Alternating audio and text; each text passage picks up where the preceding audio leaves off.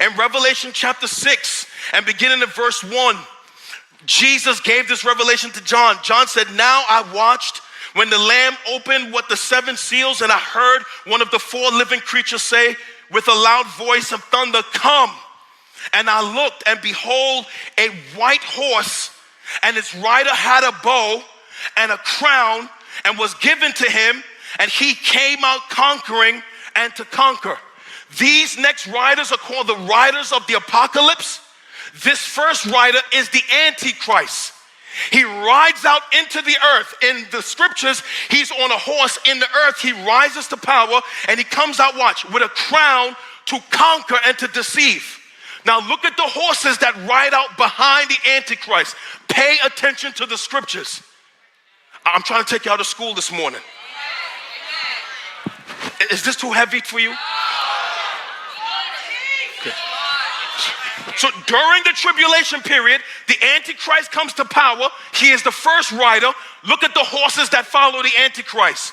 When he opened the second seal, I heard the second living creature say, "Come," and came out another horse, bright red. Its rider was permitted to take peace from the earth so that the people should slay one another, and he was given a great sword. What does that represent? War. So the Antichrist comes to power, and what follows him is warfare in the earth.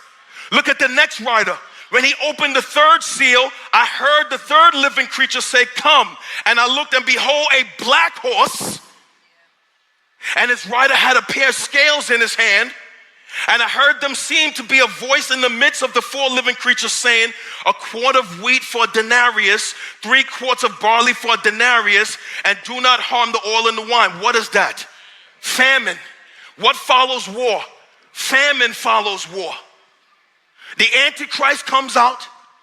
Warfare comes behind him. Famine comes behind him. And what follows famine?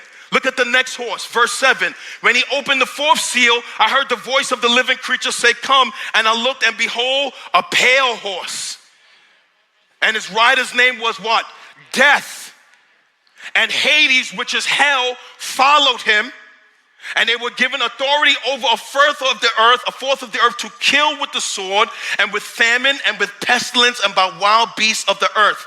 When he opened the fifth seal, I saw under the altar the souls of those who had been slain for the word of God and for the witness that they had borne. They cried out with a loud voice, "O sovereign Lord, holy and true, how long before you judge and avenge?" So what we